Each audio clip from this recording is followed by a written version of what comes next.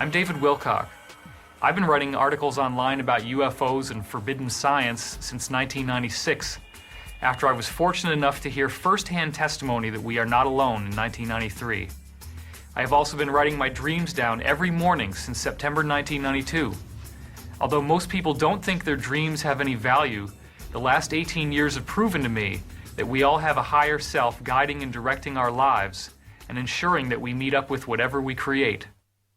People always ask me, what can I do to help my cosmic evolution along? So I have some suggestions you may want to consider. First of all spiritual traditions say that we're here to learn love. I've seen abundant evidence in a variety of scientific studies that love is written into our genetic code. For example, Dr. Glenn Ryan found that love actually causes conformational changes in DNA. The DNA molecule actually heals itself in the presence of loving energy that is sent through intent.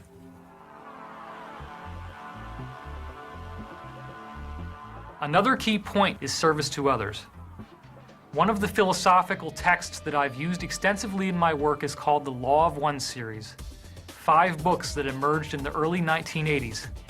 In the Law of One, it spells out the genetic changes in the galaxy that propel us into this new world, which they call fourth density. They also do indicate that the time period of 2011 to 2013 is when we reach a quantum leap in this transitional process. Most importantly, they say that fourth density is a realm of existence on this planet that is 100 times more harmonious than what life on Earth is like now. In order to be ready to inhabit this new world, we must reach certain minimum requirements for what they call graduation. Those minimum requirements only involve having a 51% desire to be service to others, rather than manipulating and controlling others, or what they call service to self, in order for us to be ready for graduation. When this same source was asked what is the best way to serve others, they said to seek the heart of the self. Again, I believe this refers to the fact that when you really understand your identity, it will not end at the boundary of your skin to the air. You begin looking into the faces of others and seeing yourself. And for that same reason, why would you want to manipulate or control them? To serve others is to help yourself. This also seems to appear in Eastern mysticism through the so-called vow of the Bodhisattva, where you say, I seek my own enlightenment for the sake of all beings.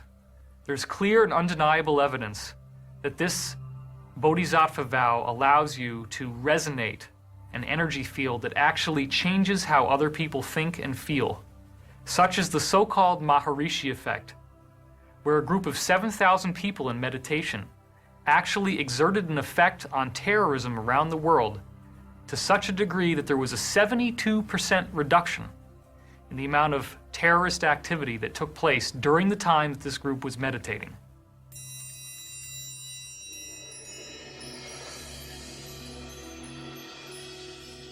Another area that I really prefer to look at is our agenda as souls.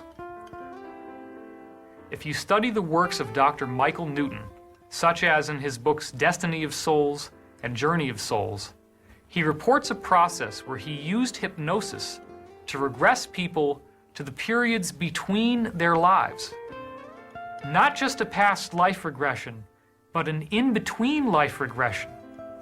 When he did this, he found that everyone kept saying the same things about what they experienced in between lifetimes. And he collected this data over the course of 20 years, during which time it was remarkably consistent.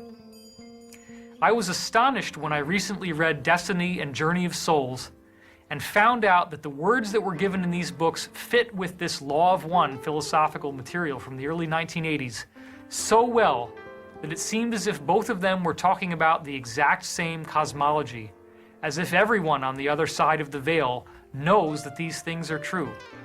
The most important points that emerge in Dr. Michael Newton's books are that every one of us has a soul, and that soul is clearly aware that it has a spiritual agenda it wishes to fulfill in each lifetime, no matter how lost or confused we may feel that we are. Even if we're homeless on the side of the street or desperately wrapped up in a world of addiction and pain and crime, we all know that we have a job on this planet. And ultimately that job is to learn to love.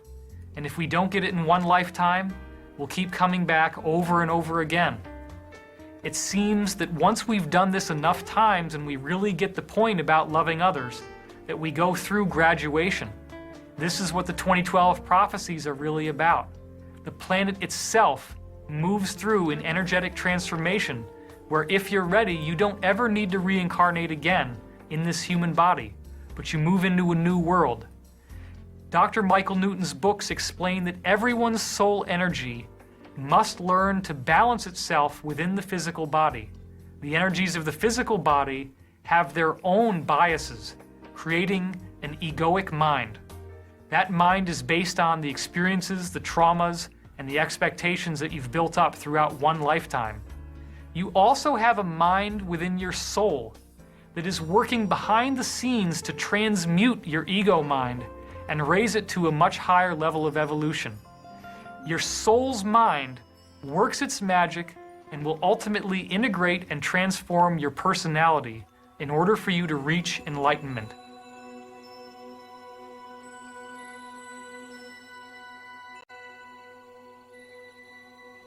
Another key concept that I would encourage you to explore is what I refer to as the Fool's Equation. This equation says that if I get X, whatever X might be, then I will be happy. Well, this is really silly, because if you're wishing for something that hasn't happened yet, and you decide that once that thing happens that you will be happy in the future, then you never claim any happiness in the now. So what I do is to turn that equation backwards. If I am whole, peaceful, and happy now, then I will get X, whatever it is that I want. Or as many others have said, you create a loving space within yourself, which then allows loving energy to fill it.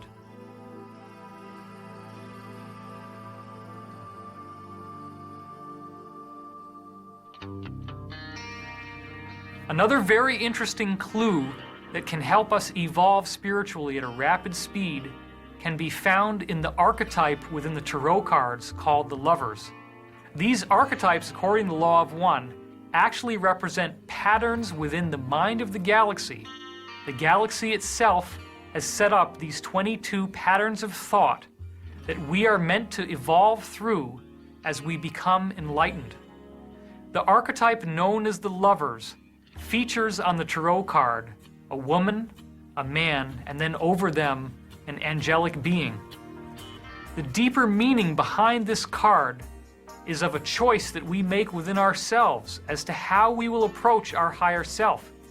Do we see our higher self as a maiden, virginal and pure, or do we see it as a prostitute? If we treat our higher self as a maiden, then the idea is that we listen to what she wants and we learn to dance with her wishes accordingly in order to get what both of us want. Whereas if we treat our higher self as a prostitute, we barge in the door and say, this is what you're going to do for me, and this is what I expect. Obviously, by treating the higher self as a maiden, you actually learn to tailor your expectations from life. So you're not just saying to the universe, gimme, gimme, gimme. You're actually learning to listen to what your higher self may have as an agenda for you. You may not immediately realize why these things are valuable, but the more that you learn to adopt them, the better off you're going to be.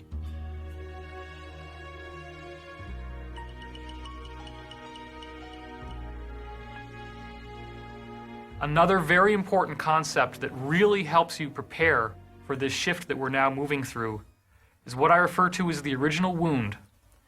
I discovered a long time ago through deep meditation on the human condition that we all have the same basic wounding at the core of our soul. This wounding appears to be the root of all addictive and compulsive behaviors that we would ever get stuck in. This original wound is an illusion, but it becomes very compelling to us, and it buries deep within our subconscious mind to the point that we don't even realize it's there. This wound comes from the sense that the Creator has abandoned us, and we've been left exposed and unprotected on this planet. This wound comes from the fact that we often see our parents as if they were gods when we're a little child. Invariably, our parents are going to disappoint us, and we're going to have painful experiences where we feel abandoned, left alone, that our needs are not being met, that nobody really seems to care about us, and we invariably project that same disappointment onto the Creator. This in turn leads to what I call the wheel of karma, where we keep repeating the same painful experiences over and over again. In fact, what always seems to happen is that new characters keep appearing in our lives who fulfill the same roles on a deep archetypal level as our parents once did. Now, we may not become conscious of this. We may not realize that that's what's happening to us. We think that these people in our lives are different one from the other. But we start to notice that it seems like we have bad luck, or that there's a theme that keeps repeating in our lives.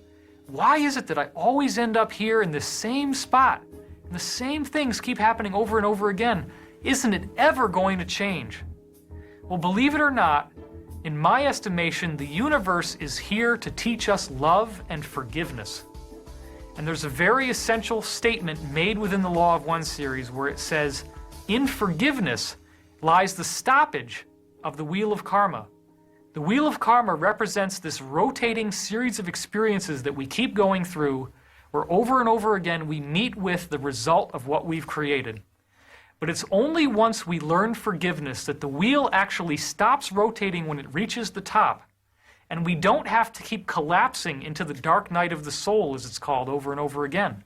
Our lives become increasingly blessed and magical, and the experiences that used to make us seem so overwhelmed no longer have an effect on us, and therefore they don't need to happen.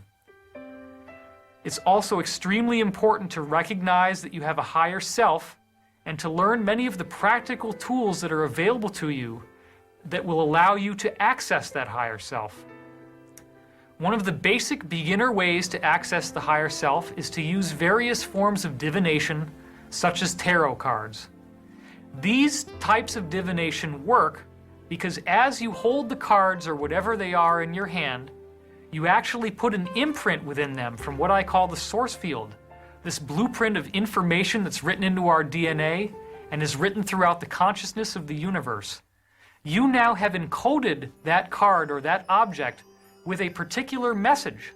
So then when you're holding the cards in your hands and you close your eyes and tune within and ask a question, your subconscious mind, guided by your higher self, will influence you to grab the right card at the right time.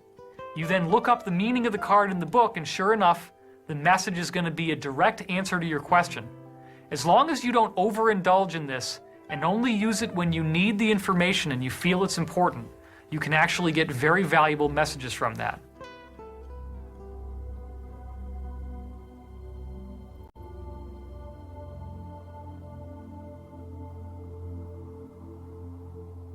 Another very central element of our evolution is in dreams.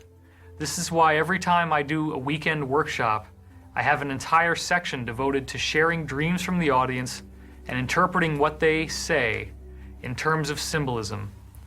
Our higher self uses dreams not just by accident, but to convey symbolic information that gives us clues to the issues that are affecting us in our lives right now.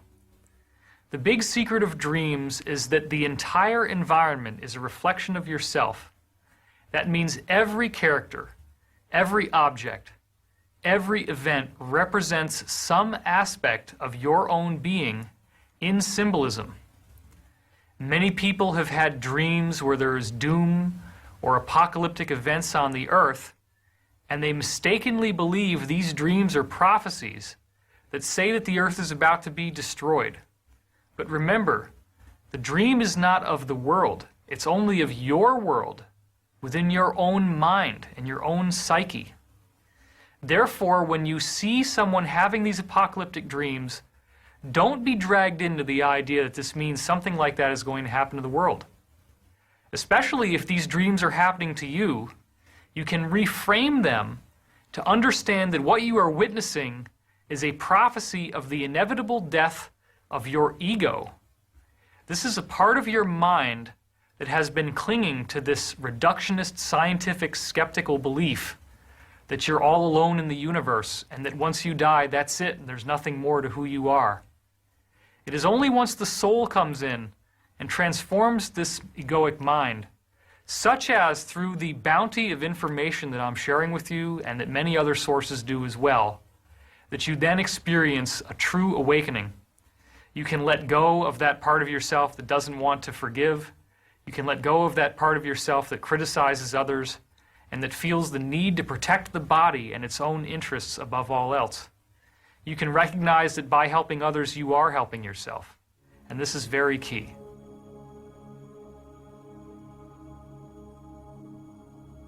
In my opinion, the best way of all to access your higher consciousness is through meditation. By stilling your mind and moving into that state of perfect peace, you are able to reach that place where the thoughts within your mind are increasingly the thoughts of your higher self. One of the interesting facts that most people do not realize is that you do have thoughts within your mind that come from the higher self all the time. The key is that those thoughts are often being obscured by the fact that you are pulled into the past through guilt and pulled into the future through fear. If you can get past those influences and be here now, what begins to happen is that you awaken to the love that is present in this moment. You don't need to be so preoccupied with how you look or with what other people think about you, because the haters are always going to want to hate. People are always going to want to laugh at you. But it doesn't mean that you need to see yourself in an unloving way. It's also important to remember that there is no right way to meditate. Keeping your back straight is important. You may have a mandala that you choose to repeat out loud or in your mind. You may also see a particular visual image or something else that you like to concentrate on in your head. But the real trick is to slow your mind down to the point where this constant chattering of what we call the ego has been subdued. Your mind becomes pure and empty from many of the thoughts that would normally preoccupy you. This doesn't mean that you never have any thoughts in your mind. They will always be there. What it does mean is that the thoughts that come through your mind are increasingly coming from cosmic consciousness. Within this state, you can seek answers to problems that you may have in your life, and you will gain clarity. Of course, all of these various teachings have a firewall that will not allow you to reach your higher self unless you can punch through it. The firewall I'm speaking of is forgiveness. This ultimately is the key that everything else stems off of. True forgiveness is an acceptance of others, and by accepting others, you have forgiven and accepted yourself. The reason for this is that ultimately your mind is the cosmic mind. The cosmic mind is your identity, and that means in truth there's only one of us here. Ultimately, we may come to discover that the galaxy itself is an intelligent being. Our human lives might not be so separate and isolated. They may not only occur on this one planet. The human template may be written through the fabric of the galaxy itself and will emerge again and again on any given planet where it can. Each one of us and our minds may be like cells in the mind of the galaxy. But until we awaken to the fact that this mind exists and that we are a fundamental part of it, we may have completely lost track of who we are, and even more importantly, of who we can become. I'm Dejvid Vilkok. I thank you, and I wish you all the best.